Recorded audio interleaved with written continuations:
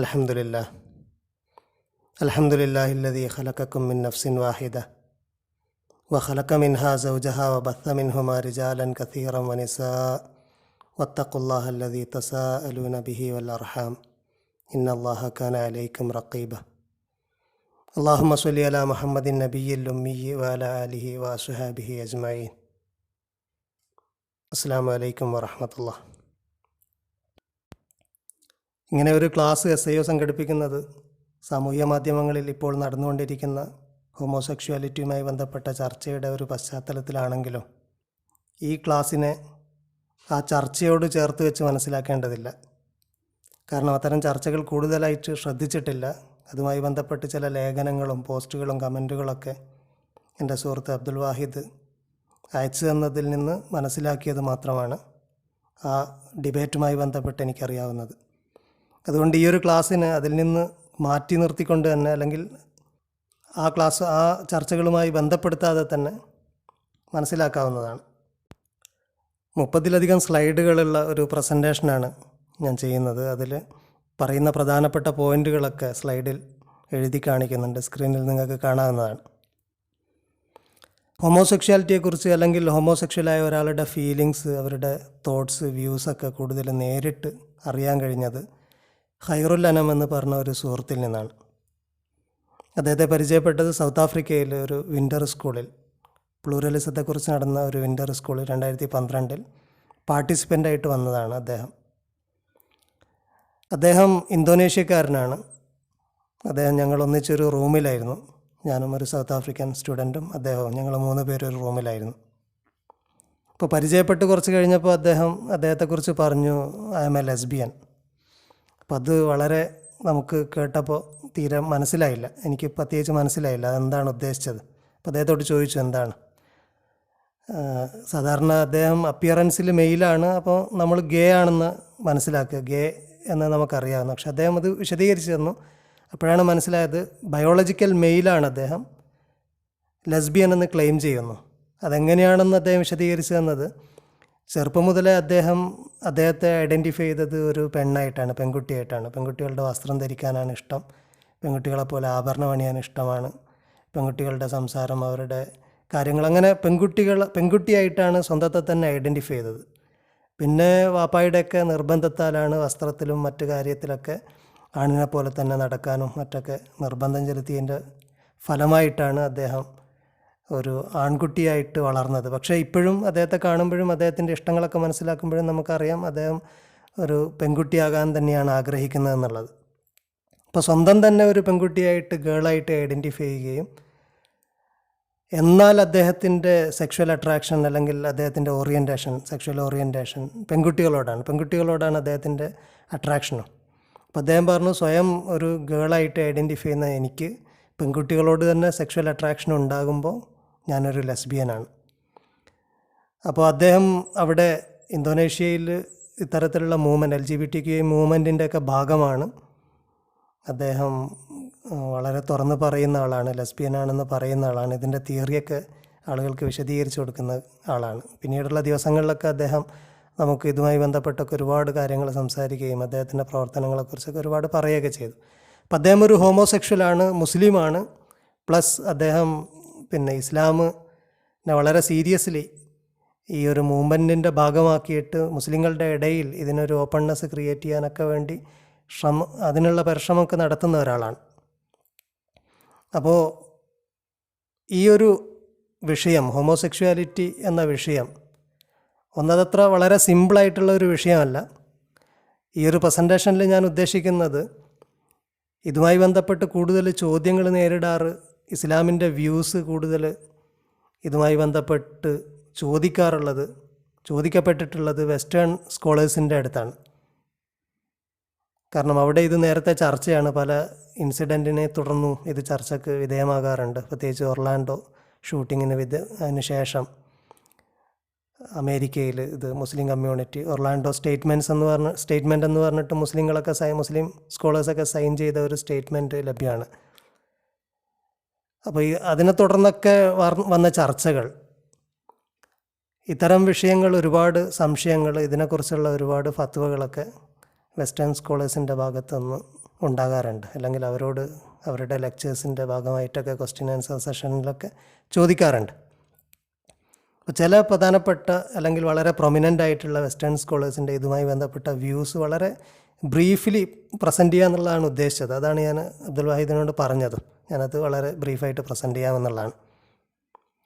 അതിൽ ഞാനിപ്പം ഷർമൻ ജാക്സൻ്റെ, അതുപോലെ ജൊനാഥൻ ബ്രൗൺ, അബ്ദുൽ ഹക്കീം മുറാദ്, താരിഖ് റമദാൻ, ഹംസ യൂസുഫ്, ഇത്രയും ആൾക്കാരുടെ വ്യൂസ് മാത്രം കളക്ട് ചെയ്തിട്ടാണ് PPT ഉണ്ടാക്കിയിട്ടുള്ളത്. അതിനു മുമ്പ് ഇവരുടെ ഈ വ്യൂസ് ബ്രീഫായിട്ട് പ്രസൻറ്റ് ചെയ്യുന്നതിന് മുമ്പ് ഈ ഒരു വിഷയം മനസ്സിലാക്കുന്നതിൻ്റെ ഭാഗമായിട്ട് ഒന്ന് രണ്ട് വളരെ ക്രൂഷ്യലായിട്ടുള്ള, വളരെ കാർഡിനലായിട്ടുള്ള പോയിൻറ്റ്സ് ഉണ്ട്.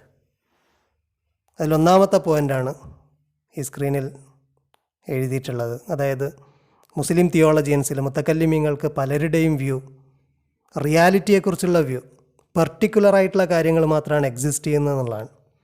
ഉദാഹരണത്തിന് ഇബ്നു തൈമിയ റഹ്മത്തുള്ളാഹി അദ്ദേഹത്തിൻ്റെ ഫത്താവകൾ, അതിനെ ഇംഗ്ലീഷിൽ ട്രാൻസ്ലേറ്റ് ചെയ്ത് ടോപ്പിക് വൈസ് ക്രോഡീകരിച്ചിട്ടുണ്ട് ഡോക്ടർ അബ്ദുൽ ഹക്ക് അൻസാരി റഹ്മത്തുള്ളാഹി. അപ്പോൾ എപ്പിസ്റ്റീമോളജിക്കൽ വ്യൂസ് എന്ന് പറഞ്ഞിട്ട് സെപ്പറേറ്റ് ആയിട്ട് കൊടുത്തിട്ടുണ്ട്. അപ്പം അതിൽ നിന്ന് നമുക്ക് കൃത്യമായിട്ട് മനസ്സിലാവും അദ്ദേഹത്തിൻ്റെ എപ്പിസ്റ്റീമോളജിക്കലായിട്ടുള്ള വ്യൂസ്. റിയാലിറ്റിയെക്കുറിച്ച് അദ്ദേഹത്തിന് ഈ ഒരു കാഴ്ചപ്പാടാണ്, പർട്ടിക്കുലറായിട്ടുള്ള കാര്യങ്ങൾ മാത്രമാണ് എക്സിസ്റ്റ് ചെയ്യുന്നത് എന്നുള്ളത്. കാറ്റഗറീസ്, തിയറീസ്, ഐഡിയാസ്, ഇതൊക്കെ പർട്ടിക്കുലറായിട്ടുള്ള സ്കാറ്റേർഡ് ആയിട്ടുള്ള കാര്യങ്ങളെ നമ്മളൊരു പ്രത്യേക രീതിയിൽ വർഗീകരിച്ച് കാറ്റഗറീസ് ഉണ്ടാക്കി നമ്മൾ ഉണ്ടാക്കിയെടുക്കുന്നതാണ്. അതിനെ പ്രത്യേക രീതിയിൽ നെയിം ചെയ്ത് ഡിഫൈൻ ചെയ്ത് അതിനെക്കുറിച്ചുള്ള ഒരു നോളജ് പ്രൊഡ്യൂസ് ചെയ്ത് കഴിഞ്ഞ് കഴിഞ്ഞാലാണ് ഒരു റിയാലിറ്റി എക്സിസ്റ്റൻസിൽ വരുന്നത്. അതേതുപോലെയാണെന്ന് പറഞ്ഞാൽ ഒരു പ്രതലത്തിൽ വളരെ സ്കാറ്റേർഡായ കുറേ പാറ്റേണുകളുണ്ട്. നമ്മളൊരു പ്രത്യേക ആംഗിളിലൂടെ നോക്കിക്കൊണ്ട് അതിലൊരു ഇമേജിനെ നമ്മൾ അസ്യൂം ചെയ്യുന്നു. വേറൊരു പ്രതലത്തിൽ നോക്കുമ്പോൾ അതേ ഇമേജ് നമ്മൾ കാണുന്നു എന്ന രീതിയിൽ വളരെ സ്കാറ്റേർഡായിട്ട് കിടക്കുന്ന ഇൻഡിവിജ്വലായിട്ടുള്ള പർട്ടിക്കുലറായിട്ടുള്ള തിങ്സിനെ നമ്മളൊരു പ്രത്യേക രീതിയിൽ കാറ്റഗറൈസ് ചെയ്തുകൊണ്ടാണ് പലപ്പോഴും റിയാലിറ്റികളെ കൺസ്ട്രക്റ്റ് ചെയ്യുന്നത്. ഈ റിയാലിറ്റി ലാംഗ്വേജിനും കൾച്ചറിനൊക്കെ അനുസരിച്ചിട്ട് മാറും. ഒരു ലാംഗ്വേജിലും ഒരു കൾച്ചറിലും ഉള്ള ഒരു റിയാലിറ്റി വേറൊരു ലാംഗ്വേജിലും കൾച്ചറിലും അതുപോലെ ട്രാൻസ് ഹിസ്റ്റോറിക്കലായിട്ട് എല്ലാ കാലത്തും ഒരു റിയാലിറ്റി ഉണ്ടാകണമെന്നില്ല. അത് കോംപ്ലക്സ് ആയിട്ടുള്ള ഐഡിയകളെക്കുറിച്ച് ചർച്ച ചെയ്യുമ്പോൾ വളരെ പ്രധാനപ്പെട്ട കാര്യമാണ്. സെക്ഷുവാലിറ്റി ഒരു കോംപ്ലക്സ് ആയിട്ടുള്ള ഒരു വിഷയമാണ്, ഒരു സിമ്പിളായിട്ടുള്ള ഒരു പർട്ടിക്കുലറായിട്ടുള്ളൊരു കാര്യമല്ല. അതുപോലെ ലവ്, അട്രാക്ഷൻ, അഫെക്ഷൻ, ഇങ്ങനത്തെ കാര്യങ്ങളൊക്കെ ഓരോ കൾച്ചറിലും ലാംഗ്വേജിലും കാലത്തൊക്കെ അതിന് വ്യത്യാസം വരുന്നുണ്ട്. സെക്ഷുവാലിറ്റി എന്നുള്ളത് കൊണ്ട് ഇന്ന് എന്താണ് ഉദ്ദേശിക്കുന്നത് എന്നുള്ളത് സെക്ഷുവൽ ആക്ട് തന്നെ ആകണമെന്നില്ല. അപ്പോൾ ഇന്നത്തെ കാറ്റഗറി ഉപയോഗിച്ചുകൊണ്ട് നമ്മൾ ത്രൂ ഔട്ട് ഹിസ്റ്ററിയെ മൊത്തം അനലൈസ് ചെയ്യുക, പരിശോധിക്കുക എന്നൊക്കെ പറയുന്നതിൽ ഒരുപാട് അനക്രോണിസം കടന്നുകൂടും. ഇത് പറയാൻ കാരണം, ഇത് വളരെ പ്രധാനപ്പെട്ട ഒരു പോയിൻ്റായിട്ട് പറയാൻ കാരണം, ജെൻഡറിൻ്റെ ഇഷ്യൂസ്, ഹോമോസെക്ഷുവാലിറ്റിയൊക്കെ ചർച്ച ചെയ്യുമ്പോൾ ഇതിനൊരു എപ്പിസ്റ്റീമോളജിക്കൽ തലമുണ്ട്. ഈ ഐഡൻറ്റിറ്റിയെ ഒരു എപ്പിസ്റ്റീമോളജിക്കൽ കാറ്റഗറി ആയിട്ട്, ഒരു എപ്പിസ്റ്റീമോളജിക്കൽ അനാലിസിസിനൊക്കെ ഇത് ഉപയോഗിക്കാറുണ്ട്. അങ്ങനെ ഉപയോഗിക്കുന്നതിൽ കുറേ പ്രശ്നങ്ങളുണ്ട്.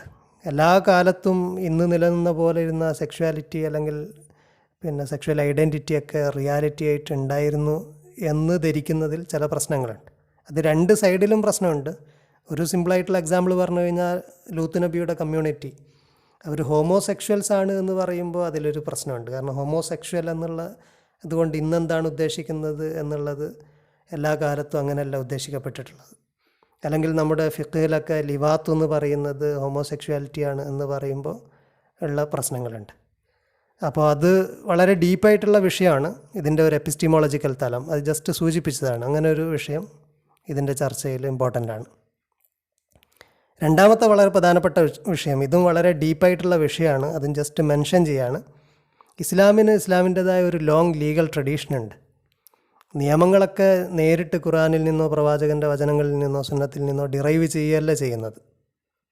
ഖുർആനിൽ വളരെ പ്ലെയിനായിട്ട് തന്നെ ഒരു കൽപ്പനാരൂപത്തിൽ തന്നെ ഒരു പറഞ്ഞ കാര്യം ചിലപ്പോൾ നിയമമായിരിക്കണമെന്നില്ല. പ്രവാചകൻ അതിനെ തഖ്സീസ് ചെയ്യാം, പ്രവാചകന് അതിനെ എക്സ്പ്ലെയിൻ ചെയ്യാം, ചിലപ്പോൾ അതിനെ റദ്ദ് ചെയ്യാം. ഇതൊക്കെ പ്രവാചകൻ്റെ അതോറിറ്റിയിൽപ്പെട്ടാണ്. പ്രവാചകൻ അങ്ങനെ ചെയ്തിട്ടുണ്ട്. അതാണ് സ്വഹാബാക്കൾ മനസ്സിലാക്കിയത്. സ്വഹാബാക്കൾ പ്രവാചകനിൽ നിന്ന് മനസ്സിലാക്കിയത് ഒരു കമ്മ്യൂണിറ്റി മൊത്തം ഒരു എൻ്റയർ കമ്മ്യൂണിറ്റി പ്രവാചകനിൽ നിന്ന് നിയമത്തിൻ്റെ സെൻസ്, നിയമം എന്താണെന്നൊക്കെ മനസ്സിലാക്കി അടുത്ത തലമുറക്ക് കൈമാറുകയാണ് ചെയ്തത്. നിയമങ്ങളോടൊപ്പം പ്രവാചകൻ പഠിപ്പിച്ച എല്ലാ കാര്യങ്ങളും, തഖ്വ, ഇഹ്സാൻ തുടങ്ങിയ എല്ലാ നന്മകളും അവരങ്ങനെ തന്നെ ഉൾക്കൊള്ളുകയാണ് ചെയ്തത്. അതുകൊണ്ട് പ്രവാചകൻ ഏത് സെൻസിലാണ് പറഞ്ഞത്, ഒരു കൽപ്പനയാണെങ്കിൽ തന്നെ ആ കൽപ്പനയുടെ സ്വഭാവം എന്താണെന്നും അതുപോലെ ഇൻറ്റൻഷൻ എന്താണെന്നൊക്കെ അവർക്ക് മനസ്സിലായതാണ് അടുത്ത തലമുറക്ക് കൈമാറി. അങ്ങനെ തലമുറ കൈമാറി വന്ന ഒരു ട്രഡീഷനുണ്ട്. അപ്പോൾ നിയമങ്ങളൊക്കെ നമ്മൾ നേരിട്ട് ഖുർആനിൽ നിന്നും ഹദീസിൽ നിന്നും എടുക്കുക, നമ്മുടെ ഇൻ്റർപ്രറ്റീവ് ട്രഡീഷൻ, ഒരു 14 നൂറ്റാണ്ട് കാലത്ത് നീണ്ടു നിൽക്കുന്ന ട്രഡീഷൻ, ഒരു ലോങ് ട്രഡീഷനാണ്. അത്തരത്തിലുള്ള ലീഗൽ ട്രഡീഷനെ നമ്മൾ ബൈപ്പാസ് ചെയ്തുകൊണ്ട് നേരിട്ട് ഖുർആനിൽ നിന്നും ഹദീസിൽ നിന്നും നിയമങ്ങൾ ഡിറൈവ് ചെയ്യുക എന്നുള്ളത് ഒരു റിഫോമിസ്റ്റ് ട്രെൻഡാണ്. അതിലുള്ള പ്രശ്നം, ഈ ഒരു ലോങ് ഹിസ്റ്ററി, നമ്മൾ 14 നൂറ്റാണ്ട് കാലത്തെ ഇത്തരത്തിലുള്ള ഡിബേറ്റുകൾ, അതിലെല്ലാം ചർച്ച ചെയ്യപ്പെട്ടിട്ടുണ്ടാകും. ഒരുപാട് വിഷയങ്ങൾ ചർച്ച ചെയ്യപ്പെട്ടിട്ടുണ്ടാകും. ഖുർആനിൽ നിന്നും ഹദീസിൽ നിന്നൊക്കെ അവരൊരുപാട് കാര്യങ്ങൾ നിർദ്ധാരണം ചെയ്തിട്ടുണ്ടാകും. തലമുറ കൈമാറി വന്ന സെൻസും സെൻസിബിലിറ്റിയൊക്കെ അതിൽ ഉൾക്കൊണ്ടിട്ടുണ്ടാകും. അപ്പം അതിനെയൊക്കെ ബൈപ്പാസ് ചെയ്യുക എന്ന് പറയുന്നത് ഒരു നല്ല സ്കോളർലി അപ്രോച്ചല്ല. മാത്രമല്ല നമ്മളെ ട്രഡീഷണൽ ഒരു രീതിയല്ല. ഖുർആനിൽ നിന്നല്ല നേരിട്ട് നിയമങ്ങൾ എടുക്കുന്നത്. ഖുർആനെ ഒരു നിയമപുസ്തകമായിട്ടും കാണാൻ കഴിയില്ല. പല ഖുർആൻ്റെ ആയത്തുകളുടെയും ഉദ്ദേശം അതൊരു ലീഗൽ ഇൻറ്റൻറ്റ് മാത്രമായിരിക്കില്ല. ആ ആയത്തിൻ്റെ ഒരു ഉദ്ദേശം എന്ന് പറയുന്നത് വേറെ പലതുമായിരിക്കും. ചിലപ്പോഴൊക്കെ ഖുർആൻ്റെ ഒരു ആയത്തിൽ പറയുന്ന കാര്യം നേരിട്ട് തന്നെ നിയമമായിട്ട് ഇസ്ലാമിൽ വരാത്ത ഒരുപാട് സന്ദർഭങ്ങളുണ്ട്. അപ്പോൾ അത് കുറച്ച് ഡീപ്പായിട്ടുള്ള വിഷയമാണ്, അത് പരാമർശിച്ചതാണ്. കാരണം ഇതുമായിട്ട് ബന്ധപ്പെട്ട് കാര്യങ്ങൾ പറയുമ്പോൾ നേരിട്ട് ഖുർആനിലും ഹദീസിലും വന്ന കാര്യങ്ങൾ എടുത്തുകൊണ്ടല്ല അതുമായി ബന്ധപ്പെട്ട നിയമങ്ങൾ നമ്മൾ പറയേണ്ടത്. എങ്ങനെയാണ് ഫിഖ്ഹിൽ ഈ വിഷയം കൈകാര്യം ചെയ്തിട്ടുള്ളത്? ഇപ്പോൾ ലിവാത്തിനെക്കുറിച്ച് പറയുകയാണെങ്കിൽ ഫിഖ്ഹിൽ അതെന്താണ്? അത് റെക്ടൽ ഇൻ്റർകോഴ്സായിട്ടാണ് ഡിഫൈൻ ചെയ്യപ്പെട്ടിട്ടുണ്ടെങ്കിൽ അതിൻ്റെ ഹദ്ദിനെക്കുറിച്ചാണ് ചർച്ച ചെയ്തിട്ടുള്ളതെങ്കിൽ, ശിക്ഷ എന്ന് പറയുന്ന അനൽ സെക്സിനെക്കുറിച്ച് മാത്രമാണ് ചർച്ച ചെയ്തിട്ടുള്ളത്. അപ്പോൾ അതിന് മാത്രം അത് പരിമിതമാണ്. ആ ഒരു ഹദ്ദിൻ്റെ വിഷയം പറയുകയാണെങ്കിൽ, ക്യാപിറ്റൽ പണിഷ്മെൻ്റായിട്ട് കൊടുക്കുന്ന ശിക്ഷയുടെ കാര്യം പറയുകയാണെങ്കിൽ അത് റെക്ടൽ ഇൻ്റർകോഴ്സിന് മാത്രം പരിമിതമാണ്. അതിനെ താരീഫ് ചെയ്തിട്ടുണ്ട്, അതെങ്ങനെയാണെന്ന് ഡിഫൈൻ ചെയ്തിട്ടുണ്ട്. ആ ഡെഫിനിഷൻ അനുസരിച്ചാണ്. അതുപോലെ കണ്ടീഷൻസ് പറഞ്ഞിട്ടുണ്ട്, ഏത് കണ്ടീഷനിലാണ്, ഏത് പ്രകാരമാണ് ശിക്ഷ എന്നൊക്കെ ഉള്ളത്. അപ്പോൾ അത് വളരെ ഇമ്പോർട്ടൻ്റ് ആണ്, വളരെ ഡീപ്പാണ്, ജസ്റ്റ് മെൻഷൻ ചെയ്തതാണ്. മൂന്നാമത്തെ പ്രധാനപ്പെട്ട വിഷയം, ഞാൻ ഇവരുടെ വ്യൂസ് പറയുന്നതിന് മുമ്പായിട്ട് മൂന്നാമത്തെ ഒരു വിഷയം കൂടെ പരാമർശിക്കുകയാണ്, എന്നിട്ട് നമുക്ക് ആ വിഷയത്തിലേക്ക് വരാം. നമ്മുടെ ട്രാൻസ്ഗ്രഷനോടുള്ള, തിന്മകളോടുള്ള, അതിരുകവിയുന്നതിനോട് കുറിച്ചുള്ള നമ്മുടെ ആറ്റിറ്റ്യൂഡ്, അത് പലപ്പോഴും കൾച്ചറലി അഫക്റ്റഡ് ആണ്. Attitudes towards various kinds of transgression, വ്യത്യസ്ത രീതിയിലുള്ള നമ്മുടെ ഈ തിന്മകളോടുള്ള ആറ്റിറ്റ്യൂഡ് നമ്മുടെ കൾച്ചറിൻ്റെ സ്വാധീനത്താലും കൂടെ ഉണ്ടാകുന്നതാണ്. ഉദാഹരണം പറഞ്ഞു കഴിഞ്ഞാൽ, ഖുർആനിൽ അള്ളാഹു വിലക്കിയ ഭക്ഷണത്തെക്കുറിച്ച് പറയുമ്പോൾ അള്ളാഹുവിൻ്റെ പേരുച്ചരിക്കാത്തത്, അതുപോലെ പന്നി മാംസമൊക്കെ ഒന്നിച്ചാണ് പറയുന്നത്. അള്ളാഹു അല്ലാത്തവരുടെ പേരിൽ അർപ്പിക്കപ്പെട്ടതും പന്നി മാംസവും ഒക്കെ. ഇതിൽ അള്ളാഹുവിൻ്റെ പേരുച്ചരിക്കാത്ത ആഹാരത്തോട് നമുക്കുണ്ടാകുന്ന ഒരു ആറ്റിറ്റ്യൂഡ് ആയിരിക്കണം എന്നില്ല പന്നി മാംസത്തോട് കൾച്ചറലി കുറച്ചുകൂടെ ഒരു നെഗറ്റീവായിട്ടുള്ള ആറ്റിറ്റ്യൂഡ് നമുക്കുണ്ടായേക്കാം. ഇതുപോലെയുള്ള, ഇതൊരു എക്സാമ്പിളാണ്, ഇതുപോലെ നമുക്ക് തിന്മകളോടുള്ള നമ്മുടെ ആറ്റിറ്റ്യൂഡ് പലപ്പോഴും കൾച്ചറലി അഫക്റ്റഡ് ആണ് എന്ന് നമ്മൾ മനസ്സിലാക്കണം. അത് ഇസ്ലാമിൽ പറയുന്ന തിന്മകളുടെ ഒരു ഡിഗ്രി, അത് ഒരു തിന്മയെക്കുറിച്ച് നമ്മൾ കേൾക്കുമ്പോൾ ഉണ്ടാകുന്ന, നമ്മുടെ ഉള്ളിലുണ്ടാകുന്ന ഒരു നെഗറ്റീവ് ആറ്റിറ്റ്യൂഡ്, അല്ലെങ്കിൽ നമ്മുടെ ഒരു കൾച്ചറൽ ഷോക്ക്, ഒരു തിന്മ എന്ന് കേൾക്കുമ്പോൾ നമുക്കുണ്ടാകുന്ന ഒരു ഷോക്കല്ല പലപ്പോഴും ഇസ്ലാമിൽ അതിൻ്റെ ഒരു ഡിഗ്രി അത് വെച്ചിട്ടല്ല നമ്മൾ മനസ്സിലാക്കേണ്ടത്. ഉദാഹരണത്തിന് പറയുകയാണെങ്കിൽ, വ്യഭിചാരം പറഞ്ഞിട്ടുണ്ട്, പലിശ പറഞ്ഞിട്ടുണ്ട്. പലിശയെക്കുറിച്ച് വ്യഭിചാരത്തെക്കാൾ അശദ്ധാണെന്നുള്ള രീതിയിലുള്ള ഹദീസുകളൊക്കെ ഉണ്ട്. അതുപോലെ ഗീബത്തിനെക്കുറിച്ച് ഒരു ലൈഫായ ഹദീസിലുണ്ട്, അശദ്ദു മിനസ്സിന. ഗീബത്തിനെക്കുറിച്ച് വളരെ സിവിയറായിട്ട്, വളരെ ഗ്രേവ് ഒരു സിന്നായിട്ട് ഖുർആനിൽ അത് പറയുന്നുണ്ട്. നമുക്കറിയാലോ, പച്ച ഇറച്ചി, സഹോദരൻ്റെ പച്ച ഇറച്ചി തിന്നാൻ നിങ്ങൾ ആഗ്രഹിക്കുമോ എന്ന് ചോദിക്കുന്നത്. പക്ഷേ ഗീബത്തിനോടുള്ള ആറ്റിറ്റ്യൂഡ്, സിനയോടുള്ള ആറ്റിറ്റ്യൂഡ്, പലിശയോടുള്ള ആറ്റിറ്റ്യൂഡ്, ഇതൊക്കെ നമ്മളെ കൾച്ചറലി അഫക്റ്റഡ് ആണ്. നമുക്ക് ഇസ്ലാം ഒരു തിന്മയെ എവിടെയാണ് പ്ലേസ് ചെയ്തത്, അല്ലെങ്കിൽ തിന്മകളെ എങ്ങനെയാണ് കാറ്റഗറൈസ് ചെയ്തത് എന്നതിൻ്റെ അടിസ്ഥാനത്തിലാകണമെന്നില്ല നമുക്കൊരു തിന്മയോടുള്ള ആറ്റിറ്റ്യൂഡ്, നമുക്കുണ്ടായി വന്ന ഒരു ആറ്റിറ്റ്യൂഡ്. അത് പലപ്പോഴും ചുറ്റുപാടിൽ നിന്ന് നമ്മൾ സാംശീകരിച്ച പല സംഗതികളുടെയും അടിസ്ഥാനത്തിലായിരിക്കാം. ഇതൊരു പ്രധാനപ്പെട്ട പോയിൻ്റായിട്ട് ജസ്റ്റ് മെൻഷൻ ചെയ്യാണ്. ഇനി നമുക്ക് നമ്മുടെ വിഷയത്തിലേക്ക് കടക്കാം. അബ്ദുൽ ഹക്കീം മുറാദിൻ്റെ ഹോമോസെക്ഷുവാലിറ്റിയെക്കുറിച്ചുള്ള വ്യൂസാണ് അദ്ദേഹത്തിൻ്റെ ഈ വിഷയവുമായി ബന്ധപ്പെട്ട് അദ്ദേഹം നൽകിയ ഒരു സ്പീച്ചിൽ നിന്ന് എടുത്ത ചില പോയിൻ്റുകളാണ് ആദ്യം പറയുന്നത്. വളരെ ബ്രീഫായിട്ട് ഞാനത് പറഞ്ഞു പോകാം, ആവശ്യമുള്ളിടത്ത് വിശദീകരിക്കാം. അദ്ദേഹം വളരെ പ്രധാനമായിട്ട് പറയുന്ന ഒന്നാണ്, ഇസ്ലാം പ്രൊഫൗണ്ട്ലി ഒരു എംബോഡീഡ് റിലീജിയനാണ്, അല്ലെങ്കിൽ എംബോഡീഡ് സ്റ്റൈൽ ഓഫ് റിലീജിയനാണ്. ഇസ്ലാമിൻ്റെ എല്ലാ കാര്യങ്ങളും എംബോഡീഡാണ്, കർമ്മങ്ങളാണ്, ശരീരം കൊണ്ട് ചെയ്യുന്ന കർമ്മങ്ങളാണ്. അത് ഇസ്ലാമിൻ്റെ ഒരു വളരെ ഹസായിസിൽപ്പെട്ട ഒന്നാണെന്ന് അദ്ദേഹം പറയുന്നുണ്ട്. ഇസ്ലാമിൻ്റെ ഒരു യുനീക്ക്നെസ്സിൽപ്പെട്ടതാണ്. ശരീരം കൊണ്ട് നമ്മളൊരു കർമ്മം ചെയ്ത് അത് ഒരു പക്ഷേ നമ്മുടെ എസൻസിൻ്റെ തന്നെ ഭാഗമായി തീരുന്ന ഇൻസ്റ്റൻസസ് നമ്മുടെ സ്പിരിച്വൽ ലിറ്ററേച്ചറിലും അതുപോലെ ചില ഹദീത്തുകളിലൊക്കെ ഉണ്ട്. ഒരാൾ സത്യം പറഞ്ഞ് അവസാനം അള്ളാഹുവിൻ്റെ അടുക്കൽ അവൻ സിദ്ദീഖായി മാറും എന്ന് പറയുമ്പോൾ കണ്ടിന്യൂസ്ലി ഒരു കാര്യം ചെയ്ത് നമ്മുടെ എസൻസിൻ്റെ ഭാഗമായിട്ട് ആ ഒരു ക്വാളിറ്റി ഉണ്ടാകുന്നതിനെയാണ് സൂചിപ്പിക്കുന്നത്. അതുപോലെ കളവ് പറഞ്ഞ് അയാൾ കദ്ദാബായിട്ട് മാറും. പിന്നെ അയാൾക്ക് കളവ് പറയാനേ കഴിയൂ ഏതൊരു സാഹചര്യത്തിലും. എന്ന പോലെ സത്യവാൻ സത്യം പറഞ്ഞ് സിദ്ദീഖായി കഴിഞ്ഞാൽ പിന്നെ അവന് സത്യം പറയാനേ കഴിയും. ഇതൊക്കെ നമ്മൾ ബോഡി കൊണ്ട് നമ്മൾ ഇൻറ്റൻഷനലി ചെയ്ത് നമ്മുടെ ഉള്ളിൽ കൾട്ടിവേറ്റ് ചെയ്യുന്ന ക്വാളിറ്റീസാണ്. ഇങ്ങനെ ഇസ്ലാം എല്ലാ കാര്യങ്ങളും, ഇസ്ലാമിലെ വേർച്യൂസൊക്കെ കൾട്ടിവേറ്റ് ചെയ്യുന്നത് ശരീരം കൊണ്ട് ചെയ്താണ്. അപ്പോൾ ശരീരത്തിന് വളരെ പ്രാധാന്യമുണ്ട്. എന്നിട്ട് അദ്ദേഹം പറയുന്നു, വേൾഡ് ഓഫ് എറ്റേണിറ്റി, അന്ത്യനാളിലും അല്ലെങ്കിൽ പരലോകത്തും നമ്മൾ we are with our bodies. നമ്മുടെ ശരീരത്താലാണ്, ശരീരത്തെ ശിക്ഷകൾ ബാധിക്കുന്നു, ശരീരത്തിൽ നമ്മൾ ചെയ്ത ശിക്ഷയുടെയൊക്കെ എഫക്റ്റ് കാണപ്പെടുന്നു എന്നൊക്കെ പറയുന്നു. അപ്പോൾ ശരീരം എന്നത് എപ്പോഴും നമ്മുടെ കൂടെ ഉള്ളതാണ്, വളരെ എംബോഡീഡ് ആയിട്ടുള്ള കാര്യങ്ങളാണ് അതുകൊണ്ട് തന്നെ ഇസ്ലാമിലുള്ളത്. എന്നിട്ട് ശരീരത്തെക്കുറിച്ച് അദ്ദേഹം പറയുന്നത്, and body is not a secular space, it is part of our sanctity. നമ്മുടെ ശരീരം എന്ന് പറഞ്ഞു കഴിഞ്ഞാൽ വളരെ പവിത്രമാണ്, ഹറമാണ്. ജുനൈദുൽ ബഗ്ദാദി റഹ്മത്തുള്ളാഹി ഹജ്ജിന് പോകുന്ന ആൾക്ക് കൊടുക്കുന്ന ഒരു ഉപദേശത്തിലുണ്ട്, നിങ്ങളുടെ കൽബ് ഹറമാണ്, അനാവശ്യ ചിന്തയൊന്നും അവിടേക്ക് കൊണ്ടുവരരുത് എന്ന് പറയും പോലെ തന്നെ നമ്മുടെ ശരീരവും ഹറമാണ്, വളരെ പവിത്രമായ ഒന്നാണ്. പവിത്രമായതിനെക്കുറിച്ച് ഇസ്ലാമിൻ്റെ കാഴ്ചപ്പാട്, ഒരു സാധനം പവിത്രമാണെന്ന് പറയുമ്പോൾ അവിടെ സ്പെഷ്യൽ നിയമങ്ങളാണ് ആപ്ലിക്കബിൾ ആകുന്നത്. ഏതൊരു മറ്റു കാര്യവും ഡീൽ ചെയ്യുന്നത് പോലെ പവിത്രമായതിനെ ഡീൽ ചെയ്യാൻ പറ്റില്ല, പവിത്രതയെ ഹനിക്കാൻ പാടില്ല. അപ്പോൾ പവിത്രമായ ഒന്നാണ് നമ്മുടെ ശരീരം. നമുക്ക് തോന്നിയതുപോലെയൊന്നും നമ്മുടെ ശരീരം കൊണ്ട് ചെയ്യാൻ കഴിയില്ല എന്നുള്ളത് വളരെ പ്രധാനപ്പെട്ട ഒരു സംഗതിയായിട്ട് അദ്ദേഹം പറയുന്നു. അദ്ദേഹത്തിൻ്റെ ഹോമോസെക്ഷുവാലിറ്റിയായിട്ട് ബന്ധപ്പെട്ട വിഷയത്തിലേക്ക് വരാം. ഈ ഒരു വിഷയത്തെ ഡീൽ ചെയ്യുമ്പോൾ ബ്രൗണ് അദ്ദേഹത്തിൻ്റെ ഒരു article, LGBT and Islam revisited എന്ന് പറഞ്ഞിട്ടുള്ള ഒരു ആർട്ടിക്കിൾ ഉണ്ട്. അദ്ദേഹം വേറെയും ഈ വിഷയവുമായി ബന്ധപ്പെട്ട് എഴുതുകയും സ്പീച്ചിൻ്റെ ഒക്കെ ഭാഗമായിട്ട് ക്വസ്റ്റ്യൻ ആൻസർ സെഷനിലൊക്കെ ഈ വിഷയം കൈകാര്യം ചെയ്തിട്ടുണ്ട്. ഞാൻ ഈ ആർട്ടിക്കിളിൽ നിന്നുള്ള കുറച്ച് കാര്യങ്ങളാണ് പറയുന്നത്. LGBTQ ഇഷ്യൂവിനെ കുറിച്ച് അദ്ദേഹം പറയുന്നു, ഇതൊരൊറ്റ ഇഷ്യൂ അല്ല, ഒരുപാട് ഇഷ്യൂസ് കൂടിയാണ്. ഒന്ന്, സെയിം സെക്സ് അട്രാക്ഷൻ അതിൽ ഒരു ഇഷ്യൂ ആണ്. രണ്ടാമത്തെ ഇഷ്യൂ സെക്ഷുവൽ ആക്ടിവിറ്റിയാണ്. ഒന്നാമത്തത് അട്രാക്ഷനാണ്, ആക്ടിവിറ്റി അല്ല. രണ്ടാമത്തത് സെക്ഷുവൽ ആക്ടിവിറ്റിയാണ്. മൂന്നാമത്തത് ഒരു ക്വസ്റ്റ്യൻ ഓഫ് ജെൻഡർ ഐഡൻറ്റിറ്റി എന്നുള്ളതും LGBTQയിൽ ഒരു ഇഷ്യൂ ആണ്. അതുകൊണ്ട് മൂന്ന് രീതിയിൽ തന്നെ ഡീൽ ചെയ്യണമെന്ന് അദ്ദേഹം പറയുന്നു. എന്നിട്ട് അദ്ദേഹം പറയുന്നു, ജുനൈദുൽ ബഗ്ദാദി പറഞ്ഞതുപോലെ, ഒരു മനുഷ്യനും, a human being is not blamed for what is in their natural. ഒരാളുടെ നാച്ചുറലുള്ളതിന് അനുസരിച്ച്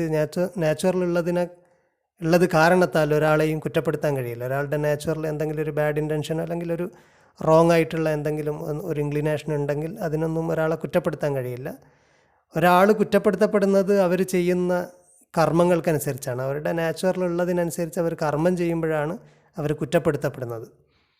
അതുകൊണ്ട് അദ്ദേഹം പറയുന്നു, പ്രീമോഡേൺ മുസ്ലിം സ്കോളേഴ്സ് ഈ സെയിം സെക്സ് അട്രാക്ഷനെ, ഒന്നാമത്തെ വിഷയം അദ്ദേഹം പറഞ്ഞത് സെയിം സെക്സ് അട്രാക്ഷനാണ്. ഈ സെയിം സെക്സ് അട്രാക്ഷനെ പ്രീമോഡേൺ സ്കോളേഴ്സ് വളരെ നാച്ചുറലായിട്ടാണ് കണ്ടത്. അത് നാച്ചുറലി ഉണ്ടാകുക എന്നുള്ളതാണ്. ഏത് രീതിയിലാണോ ഒരു ഫീമെയിലിനോട് അല്ലെങ്കിൽ ഒരു വുമണിനോട് നോർമലി ഒരു ഹെട്രോസെക്ഷൽ ആയിട്ടുള്ള ഒരാൾക്ക് ഒരു മെയിലിന് ഒരു ഫീമെയിലിനോട് തോന്നുന്ന അട്രാക്ഷൻ, അതുപോലെ തന്നെ ഒരു മെയിലിനോട് നോർമലി തന്നെ തോന്നാം എന്നുള്ളതാണ് പ്രീ മോഡേൺ കാലത്തുള്ള സ്കോളേഴ്സിൻ്റെ ഒരു ഒരു വ്യൂ ആയിട്ട് അവരങ്ങനെയാണ് മനസ്സിലാക്കിയെന്ന് ബ്രൗൺ പറയുന്നു. എന്നിട്ട് അദ്ദേഹം പറയുന്നു, ഫേമസ്ലി കൺസർവേറ്റീവ് ആയിട്ടുള്ള മിഡീവൽ സ്കോളേഴ്സ്, മുസ്ലിം ജൂറിസ്റ്റുകളൊക്കെ ഒരുപാട് കവിതകളൊക്കെ എഴുതിയിട്ടുണ്ട്. അവരുടെ മെയിൽ ഫ്രണ്ട്സിനെയും കമ്പാനിയൻസിനെയൊക്കെ അവരുടെ ബ്യൂട്ടിയെ പ്രൈസ് ചെയ്തുകൊണ്ടോ ഒക്കെ കവിതകൾ എഴുതിയിട്ടുണ്ട്.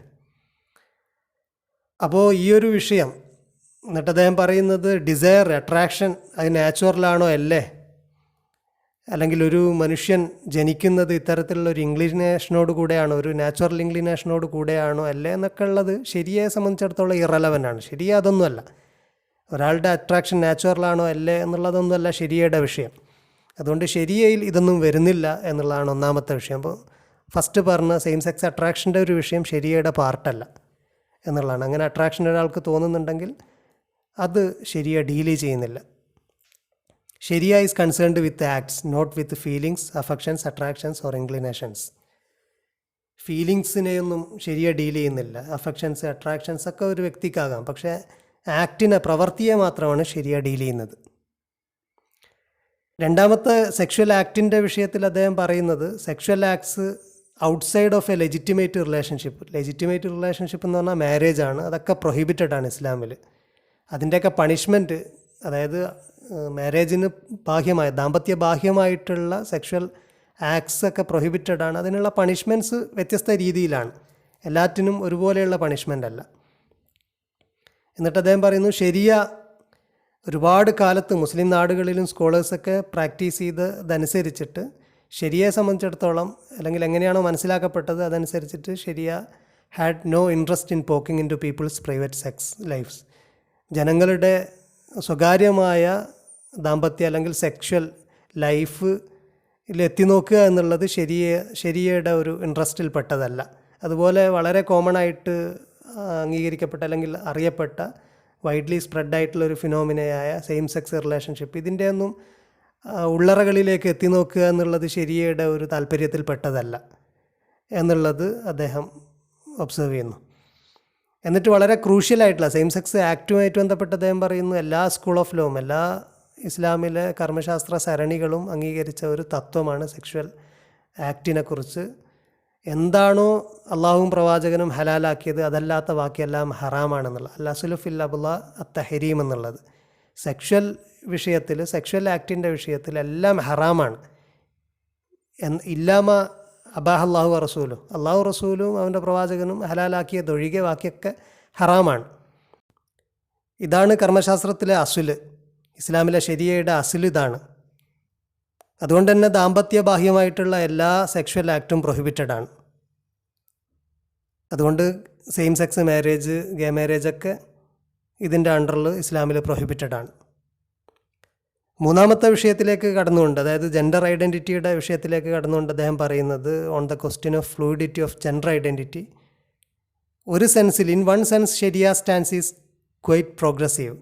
വളരെ പ്രോഗ്രസീവാണ് ശരിയുടെ സ്റ്റാൻസ്. അത് അങ്ങനെ അദ്ദേഹം പറയാൻ കാരണം, മൂന്നാമത്തെ ഒരു ജെൻഡറിനെ ശരിയെ റെക്കഗ്നൈസ് ചെയ്യുന്നു എന്നുള്ളതാണ്. ഹുൻസയെ റെക്കഗ്നൈസ് ചെയ്യുന്നു.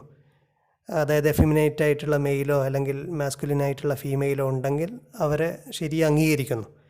മാത്രവുമല്ല, അവരുടെ നേച്ചർ അങ്ങനെ ആയതുകൊണ്ട് അവരുടെ നാച്ചുറൽ സ്റ്റേറ്റിൽ തന്നെ നിൽക്കുകയാണ് വേണ്ടത്, അതൊന്നും ചേഞ്ച് ചെയ്യാൻ പാടില്ല എന്നുള്ള വ്യൂ അദ്ദേഹം ഇമാം നവവിയുടെ വ്യൂ ഒക്കെ കോട്ട് ചെയ്തുകൊണ്ട് ഈ ലേഖനത്തിൽ പറയുന്നുണ്ട്.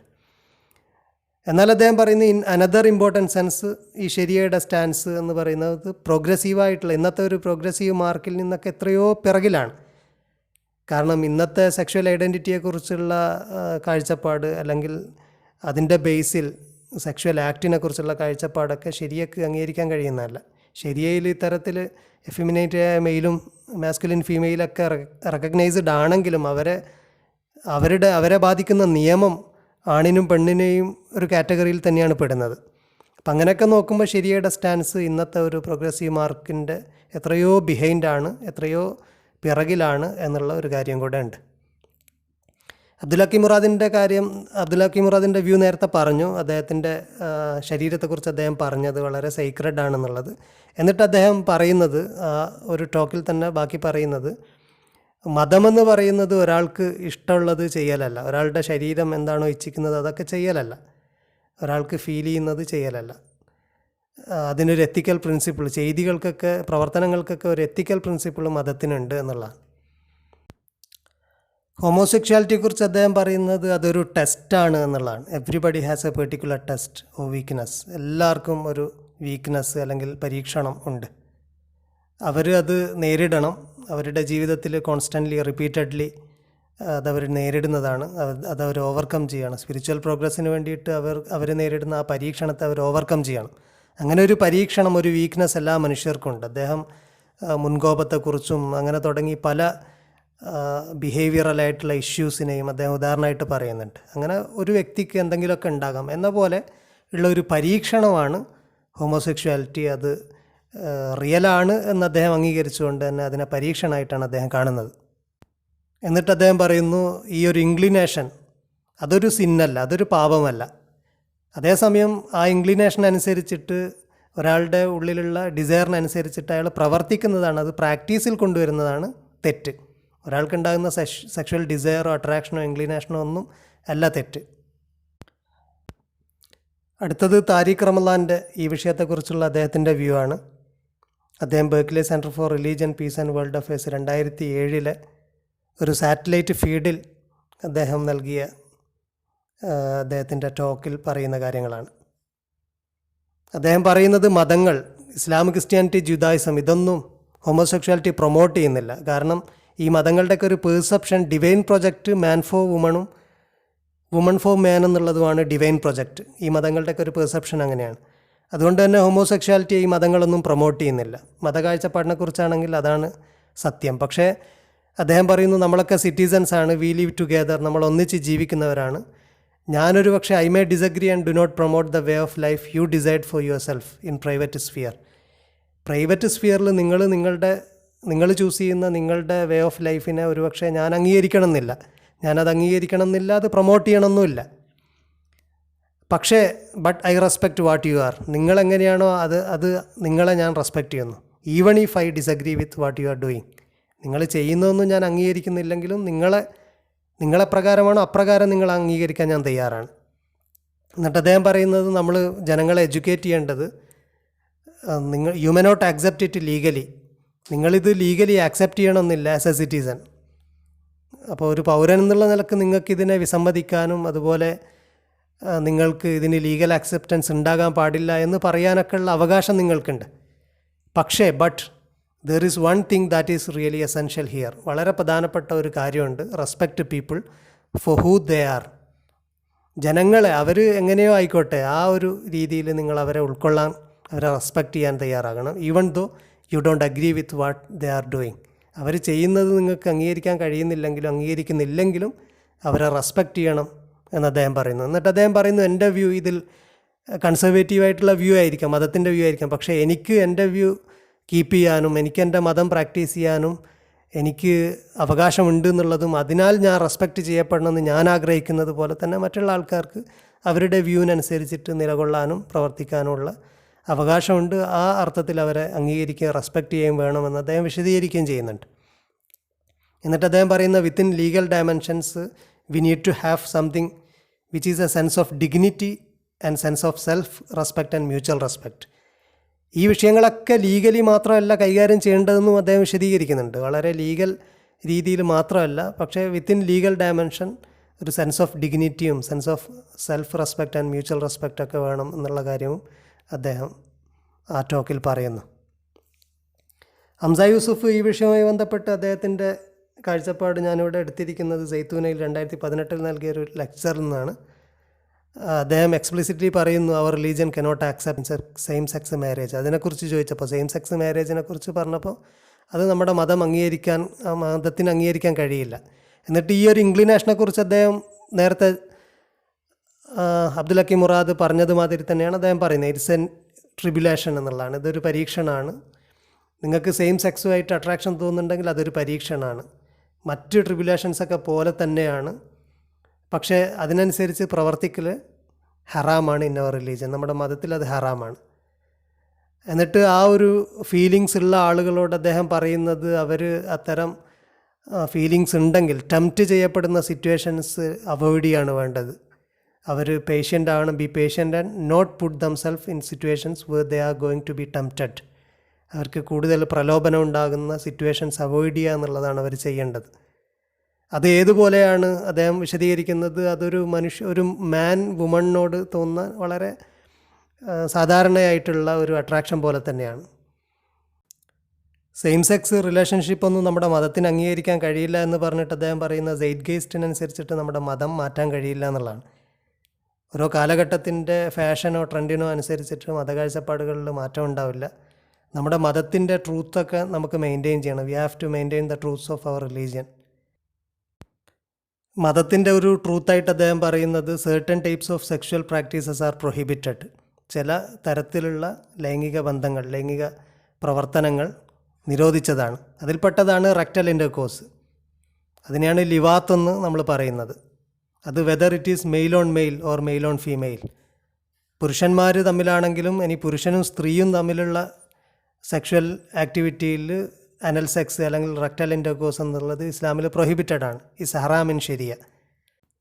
പുരുഷന്മാർ തമ്മിലുള്ള ലിവാത്തിന് വ്യഭിചാരം പോലെയുള്ള ശിക്ഷ, വ്യഭിചാരം പോലെ ഹദ് 3 മദ്ഹബുകളിൽ പറയുന്നുണ്ട്. എന്നാൽ ഹനഫി മദ്ഹബിൽ അതിന് തഅസീർ മാത്രമാണ്, ഹദ്ദില്ല, ക്യാപിറ്റൽ പണിഷ്മെൻ്റ് ഇല്ല എന്നുള്ളത്. അപ്പോൾ ഇത് തെറ്റാണ്, തിന്മയാണ്, ഹറാമാണ് എന്നുള്ള കാര്യത്തിൽ നമ്മുടെ മതത്തിൽ എസ്റ്റാബ്ലിഷ്ഡ് ആയിട്ടുള്ള ഒരു തത്വമാണ്. ഇത് ഹറാമാണ്, അനൽ സെക്സ് അല്ലെങ്കിൽ റെക്ടൽ ഇൻ്റർകോഴ്സ് ഹറാമാണ് എന്നുള്ളത്.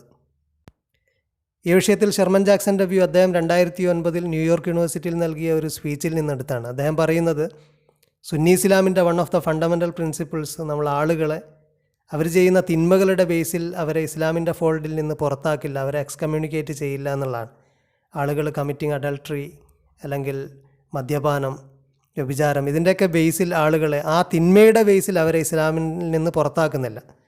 എന്നിട്ട് അദ്ദേഹം പറയുന്നു ഹോമോസെക്ഷൽ ബിഹേവിയർ ഉള്ള ആളുകൾ, individuals who engage in homosexual behaviour, അവരെ ആ ഒരു ഹോമോസെക്ഷൽ ബിഹേവിയർ കാരണം അത് ഇസ്ലാമിൽ നിന്ന് അവർ പുറത്തു പോകുന്നില്ല, അവർ മുസ്ലിം അല്ലാതാകുന്നില്ല, അവർ ഡിസ്ക്വാളിഫൈഡ് ആകുന്നില്ല.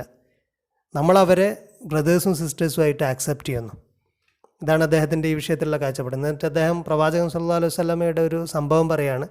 മദ്യപാനിയായ ഒരാൾ, നേരത്തെ മദ്യപാനത്തിന് ശിക്ഷിക്കപ്പെട്ട ഒരാളാണ്. അദ്ദേഹം പ്രവാചകൻ്റെ അടുത്തേക്ക് അദ്ദേഹത്തെ കൊണ്ടുവരപ്പെടുകയും ആളുകളോട് അടിക്കാൻ കൽപ്പിക്കുകയും അങ്ങനെ ഒരാൾ അദ്ദേഹത്തെ ചീത്ത പറഞ്ഞപ്പോൾ അദ്ദേഹത്തെ ശപിക്കുകയും ശകാരിക്കുകയൊക്കെ ചെയ്തപ്പോൾ പ്രവാചകൻ പറഞ്ഞിട്ടുണ്ട് അദ്ദേഹത്തെ ശപിക്കരുത്, ശകാരിക്കരുത്, തീർച്ചയായിട്ടും അദ്ദേഹം അള്ളാഹുവിനെയും പ്രവാചകനെയും ഇഷ്ടപ്പെടുന്നു എന്നുള്ള ഒരു ആറ്റിറ്റ്യൂഡ്. തിന്മ ചെയ്യുന്ന ആളോടും അവർക്ക് ഇസ്ലാമിനോട് കമ്മിറ്റ്മെൻ്റ് ഉണ്ടെങ്കിൽ അവർ മുസ്ലിമായിട്ട് അംഗീകരിക്കണം എന്നുള്ള ഒരു ആറ്റിറ്റ്യൂഡാണ് അദ്ദേഹം പറയുന്നത്.